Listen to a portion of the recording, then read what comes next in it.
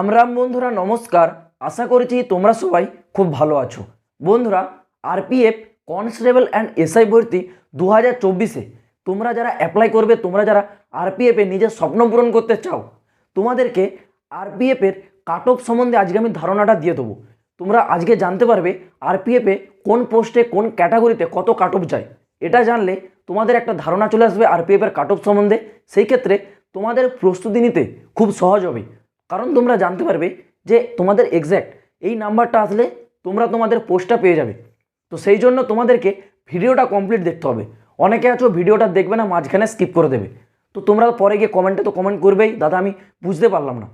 তো সেই জন্য বলছি ভিডিওটা তোমরা একটু মন দিয়ে দেখো। খুব ছোট ভিডিও, খুব সহজেই আমি তোমাদেরকে পুরো বিষয়টা ক্লিয়ার করে দেবো।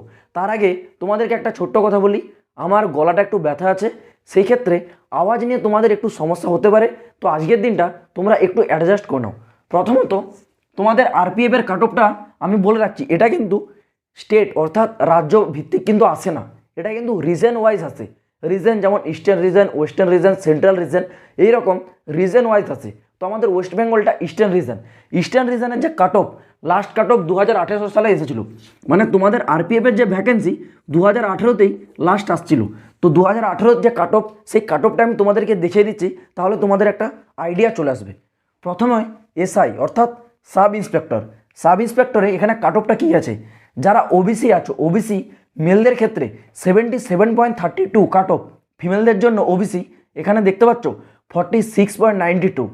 যারা এসসি আছো মেল ক্যান্ডিডেট, তোমাদের ক্ষেত্রে 69.44 এবং ফিমেলদের ক্ষেত্রে এসসি 38.67। যারা এসটি আছো, এসটি মেলদের ক্ষেত্রে 62.62, অর্থাৎ তোমরা বলতে পারো প্রায় 62। এবং ফিমেলদের ক্ষেত্রে এখানে দেখতে পাচ্ছ 40.81। এবং ইউআর অর্থাৎ জেনারেলদের ক্ষেত্রে মেল ক্যান্ডিডেটদের 74.22 আর ফিমেলদের ক্ষেত্রে গেছে আছে কিন্তু 42। টোটাল এখানে তোমাদের কত নাম্বার থাকে তোমরা জানো, আরপিএফে কিন্তু 120 নাম্বারের এক্সাম হয়। 120 নাম্বারের মধ্যে তোমাদের এইগুলো কিন্তু কাট অফ গিয়েছে 2018 সাল। এটা হচ্ছে এসআইয়ের ক্ষেত্রে। বন্ধুরা, তোমরা যদি আরপিএফ কনস্টেবল এক্সাম 2024-এর প্রস্তুতি নিচ্ছ, তাহলে তোমাদের জন্য সেরা বইটি হতে চলেছে চাকসু পাবলিকেশনের। এটি লেটেস্ট প্যাটার্নের উপর ভিত্তি করে তৈরি করা একটি কমপ্লিট গাইড বুক। এই বইটিতে একদম বেসিক লেভেল থেকে টপ লেভেল পর্যন্ত প্রতিটি এমসিকিউ টাইপের কোশ্চেন এবং তার অ্যান্সার পেয়ে যাবে। সাথে সাথে চাকসু পাবলিকেশনের প্র্যাকটিস সেট পাওয়া যায়, যেটি তোমাদেরকে প্রস্তুতি আরও মজবুত করে তুলবে। তোমরা এইগুলো যদি কিনতে চাও, ডিসক্রিপশনে লিঙ্ক দিয়ে রাখছি, চাইলে তোমরা গিয়ে একবার চেক আউট করে নিতে পারো।